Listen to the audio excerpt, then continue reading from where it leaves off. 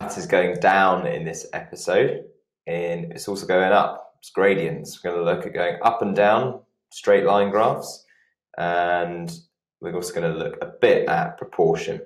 So for a straight line graph, the gradient is the constant of proportionality. And what that means is that y is always equal to k, this constant of proportionality, times by x. So that k just tells us how steep the line basically is. If the k is bigger, it will be steeper. If k is smaller, it will be less steep. So to look at an example, you've got y equals 2x. So for every increase in x, y increases by 2 times. So if you're increasing x by 5, y will increase by 10. If you're increasing x by 1, y will increase by 2. So it will go through the origin, as the coordinate 0, 0, and y is always double x, no matter what value of x you put in, and no matter what value of y you put in. So what we say in this situation is y is directly proportional to x, and this proportionality constant, k, is equal to 2. Now if we look at another graph, y equals 2x plus 3, it's still 2x, so that hasn't changed, but we've added this little plus 3 in there.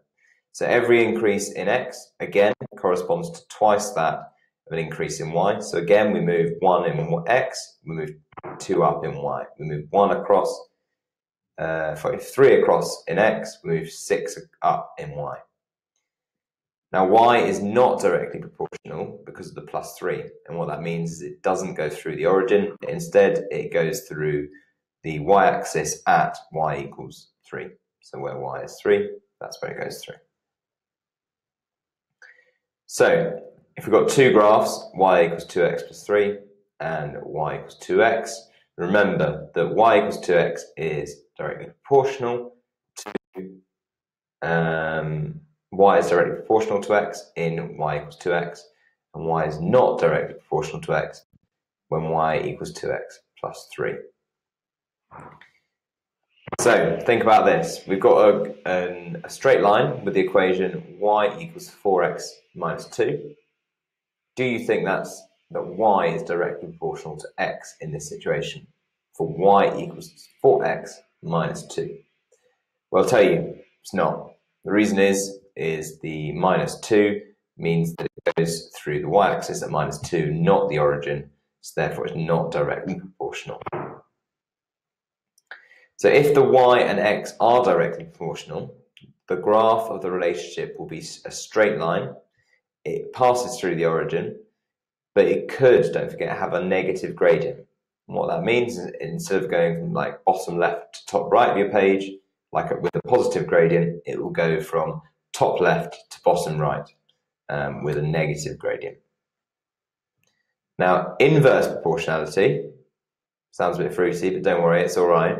So if x and y are inversely proportional, then the graph is a curved line that never touches x, the x-axis, or the y-axis. So part of the lines lie in the top right quadrant. So that's the top right of like a coordinate axis, and the other half of the graph lies in the bottom left quadrant. It's the bottom left of your coordinate axis. And if we want to calculate the gradient of a line at any point, what we can look at is something called the change in y and divide it by the change in x. And what I mean by that is if we change, so say we change x by 3 and y changes by 9, we can work out the gradient by saying, okay, change in y is 9. We divide that by the change in x, 3. 9 divided by 3 will give us a gradient of 3. And remember the two types of proportionality. We've got directly proportional, which is a straight line graph that passes through 0, 0. And we've got inverse proportion, which is a curved graph that doesn't touch either axes. And you've got the parts in the top right and the bottom left quadrant. So if I tell you that I have a graph and it goes through the origin, 0, 0, and every time I go across 1 on my x-axis, I have to go up 2 on my y-axis to get back to the line. What do you think the equation for that line is? So if I go across 1, I have to go up 2 to get back. That should tell you the gradient. And I have to go through the origin, so that should tell you that I do not need to add anything onto the end. Well, the answer is y equals 2x. So last thing to think about. In a straight line graph, if the equation is y equals 3x, is y directly proportional to x?